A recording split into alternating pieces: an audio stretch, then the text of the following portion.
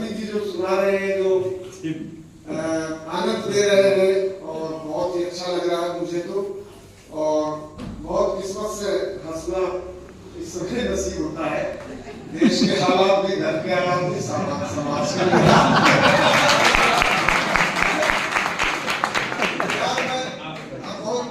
बिल्कुल उसी मूड में मैं भी कुछ मोहब्बत की बातें करता हूँ शायरी में। आप आनंद लेकर ही घर जाइए। ज्यादा टेंशन लेंगे तो देश के हालात इतने बुरे हैं, इतनी मेरे पास कविताएं हैं हालात पर कि तो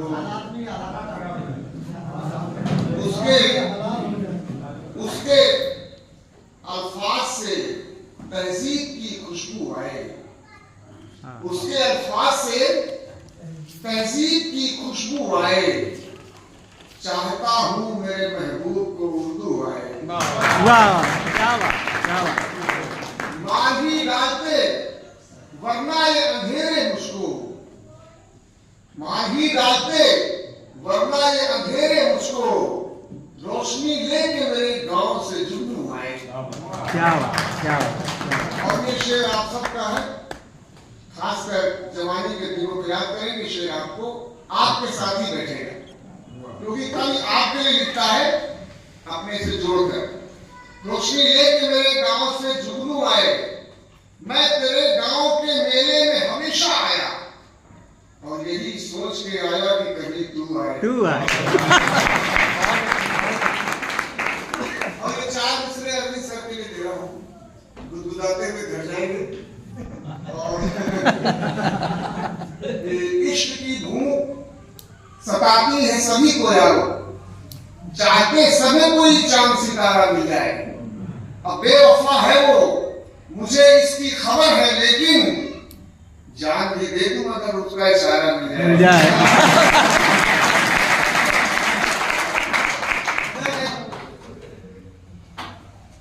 तेरी आंखों में बसा प्यार का मंजर देखा, तेरी आंखों में बसा प्यार का मंजर देखा, खुदा आज पिघलता हुआ पत्थर देखा।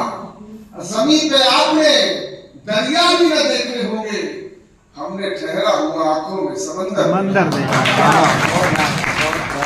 एक माही शेर में अकेला शेर, ठीक है। क्या है कि दरिया भी न देखा होगा। चलिए एक पता है शेर, खूब सज के सरे राह निकलते चलते, खूब सज के सरे राह निकलते चलते, इश्क होता तो मेरी जान मचलते चलते। साथ शायर का निभाना कोई आसान नहीं, लोग थक जाते हैं कुछ दूर चलते चलते। क्या बात। अच्छा, एक मैंने प्रयोग किया है। दरअसल क्या है कि हिंदी और उर्दू में ये दोनों से भी रहेंगे बिल्कुल। और मैंने पहले भी कहा है कि हम सब उर्दू ही बोलते हैं। कौन ऊपरगामी पद बोलता है? सब ही तो बोलते हैं, सब ही तो बोलते हैं, ज्यादातर वही आसान है। तो वो जो मिली जुली जबान है, लश्करी जबान है, जो अरबी, फारसी, संस्कृत और हिंदी के कठिन शब्दों से अलग एक इंसानी भाषा, एक आवाम की भाषा विकसित हुई। न वो हिंदू की है, न मुस्लिम की, न सिख की, ईसाई की नहीं, सिर्फ इंसान की भाषा है। उसका नाम है उर्दू, सिर्फ इंसान की भाषा है। तो एक शेर मेरा शुरू हुआ था, कभी लोग इसको संचालन में यूज करते हैं हमारे कवियों में, कि उनसे पूछो कितनी मुश्किल याद उठानी पड़ती है, मझधारों के बीच जिन्हें तलवार उठानी पड़ती है, पहुंच नहीं जाता है कोई रातों रात बुलंदी पर, छत पड़ने से पहले तो दीवार उठानी पड़ती है। एक जात पंक्ति मैं इसलिए पढ़ा हूं, हमारे भी विभाग में हेड थे अजय सिंह, हमारे ब्लॉक में थे सर, अब तो दिवंगत हो गए। तो उनके गांव में छोटा सा कार्यक्रम था, तो मैंने कुछ पंक्तियां पढ़ी थी, उसमें एक पंक्ति शामिल थी। उनका 1 महीने बाद फोन आया सर कि बंधु जी, मैंने आपकी 4 पंक्तियों को मनन करते हुए आत्महत्या करने का इरादा छोड़ दिया है। अब मैं हैरत में पड़ गया। रिटायरमेंट के करीब, जानते होंगे कनकपुर के उधर जाते हो, तो मैं हैरत में पड़ गया। उन्होंने टूटी फूटी उसकी पंक्ति सुनाई तो अब मैं सोचने पड़ गया कि कोई 4 पंक्ति सुनकर आत्महत्या करने का इरादा छोड़। जैसे आपको मालूम होगा सही किस्सा, लेखक है वो गंगा के, जिन्होंने नावल लिखा चरित्री शरद चंद्र का, तो इसकी सच्ची कथा है। यूनिवर्सिटी से 12 लड़के भाग रहे थे, मतलब प्रेम था तो शिक्षा छोड़ भाग रहे थे। लड़की स्टेशन पे जल्दी पहुंच गई तो बुक स्टॉल पे उसने कुछ पढ़ना चाहा, तो चलित ही नॉलेज उसके हाथ में आ गया। कोई ऐसा पेज उसने पढ़ा, पढ़ने के बाद उसने तुरंत रखा और सीधे अपने घर अपने माता पिता के पास पहुंच गई। ये सच्ची घटना है। तो बाद में मैंने वर्णन किया, मैं पंक्ति सुना दूंगा कि अगर कोई किसी की पंक्ति किसी को भरने से बचा ले तो हम समझते हैं कि वो कुछ भी न लिखे कभी, कोई उसका नामो निशान न रह जाए, लेकिन सुकून से वो मर सकता है। बहुत आप समझ जाएंगे इस पंक्ति में क्यों उन्होंने ऐसा अच्छा निर्णय लिया करने से।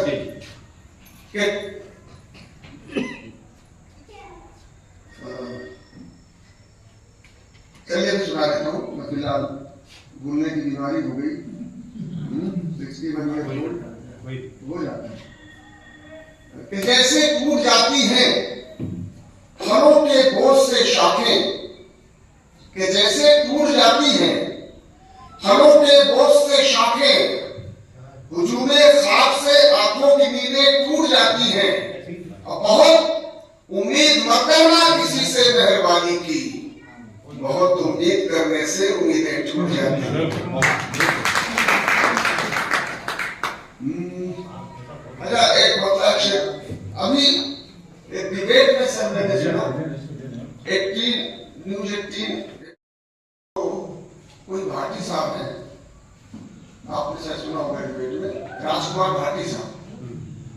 तो मैं हैरत में पड़ गया कि डिबेट में उन्होंने मेरी 4 पंक्ति और संयोग से मेरे नाम लेकर पढ़ा। मैं फतेहपुर के शिव शरण बंधु की इन पंक्तियों के साथ अपनी डिबेट की शुरुआत करता हूँ।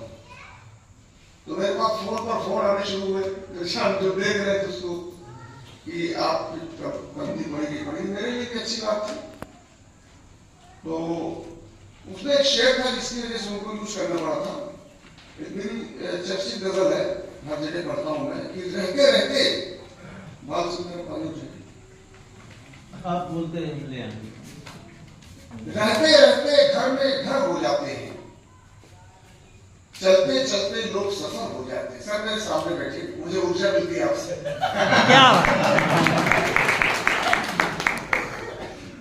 रहते रहते घर में घर हो जाते हैं, चलते चलते लोग सफर हो जाते हैं, और कुछ लोगों की किस्मत कितनी अच्छी है, पैदाइश के साथ खबर हो जाते हैं।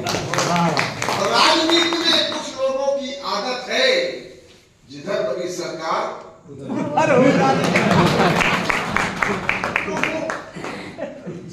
पार्टी तो उसको संदर्भ दे रहा था।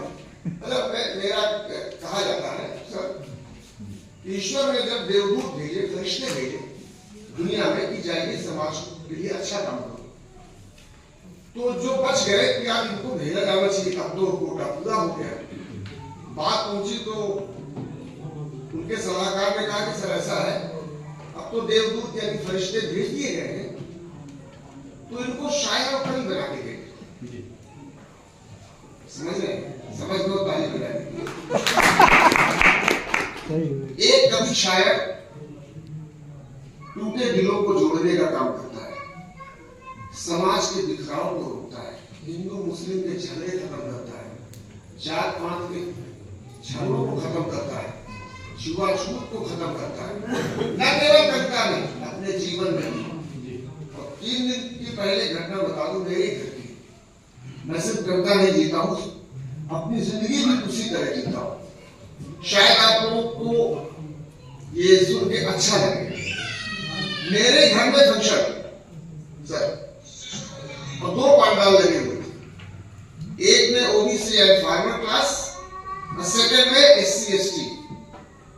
तो पहले तो मैंने कहा ये कौन सी बात है, ये अलग अलग क्यों लगे, तो गांवदारी का मामला था। तो मैंने कहा कि मैं केरनी संस्कार नहीं मानता, नहीं खाऊंगा। कहा ना केरनी संस्कार का फंक्शन है, मैंने कहा कि मैं खाऊंगा भी तो उसी पंडाल में खाऊंगा जो एससी एसटी के लिए बनाया गया है। कितनी आलोचना हो तो कभी शायद फरिश्ता नहीं है तो फरिश्ते की तरह होता है कि दुश्मन को मेहमान बना लो, जीवन को आसान बना लो। बहुत कर चुके हिंदू मुस्लिम, खुद को अब इंसान बना लो। या तो अपना खबर लो तुम, या फिर हिंदुस्तान बनाओ। तो देखिए सबके जैसे 4 पंक्ति मैंने अभी कही, तो मुझे तकलीफ हुई कि हरे गुलाबी भगवे झंडे पर भी कत्लेआम होता है। ये कौन सी मनुष्यता है? हम किस युग में जी रहे हैं? हम मनुष्य है कि जानवर है? हम बर्बरता के युग में जी रहे हैं कि मनुष्यता के युग में जी रहे हैं? तो आप तो शांत हो जाएंगे, लेकिन कल तो रात भर भी चैन नहीं मिलेगा। इसलिए 90% कभी जो है शाम के ऐसे नहीं सोते हैं, मसाला लेके ही सोते हैं। समझ गए ना? मैं आप मुझे बस जब मैंने पढ़ा एक मंच पे तो उसमें थोड़ी सी हंगामा सुबुगाहट हुई। मैंने कहा कि हम ही हैं जो हमेशा, भैया आप सुनिए सर भैया आपके लिए सुनाओ क्या बढ़िया बोल रहे हैं। गिरीश कुमार सिंघल। अशोक सिंघल मुझे याद आ गया, जिससे मुझे आपका नाम याद आ। बहुत अच्छी बात है। यही कह रहे हैं किशनपुर में आपसे मुलाकात हुई होगी कल सवेरे तो वही करा। राइट। हम ही हैं जो हमेशा अंधविश्वासों से लड़ते हैं। हम ही पढ़े लिखे लोग, हम ही हैं जो हमेशा अंधविश्वासों से लड़ते हैं। गले में हम कोई ताबीज या गंगा नहीं रखते। सुना है जब से धार्मिक झंडे दंगे कराते हैं, तिरंगा के अलावा हम कोई झंडा नहीं रखते। दो शेर से सुन लीजिए, आखिरी संदेश। तैयार हो तो ताली बजा दीजिए। मैं समझ रहा हूं कि ओवर हो गया है।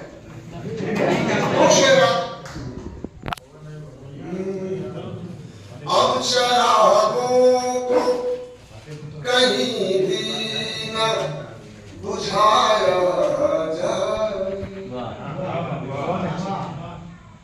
अब शराबों को कहीं भी न बुझाया जाए, यूं किसी शहर को मकतल न बनाया जाए, और भी फर्ज निभाने हैं मेरे दोस्त मुझे। अरे सर आप जाने विदाई का शेर है।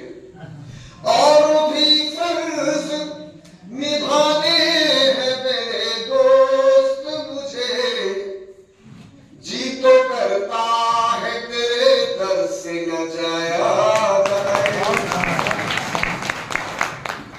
रोटियां से किनी है उनको सियासत की यहाँ, वो तो चाहेंगे कि आपस में लड़ाया जाए। और आखिरी शेर सुन लीजिए। मुझको इस दर्जा तू हसास बना दे मौला, हसास इमोशनल, मुझको मुझको इस दर्जा तू हसास बना दे मौला, कोई भूखा हो तो मुझसे भी न खाया जाए। और वार्ता सुन लीजिए। अब तो छत अपनी भी महफूज नहीं है बंधु, मतलब शायर का नाम। अब तो छत अपनी भी महफूज नहीं है बंधु, अब पतंगों को कहां जाके उड़ाया जाए। और भी फर्ज निभाने हैं मेरे दोस्त मुझे, जी तो करता है तेरे घर से न जाया।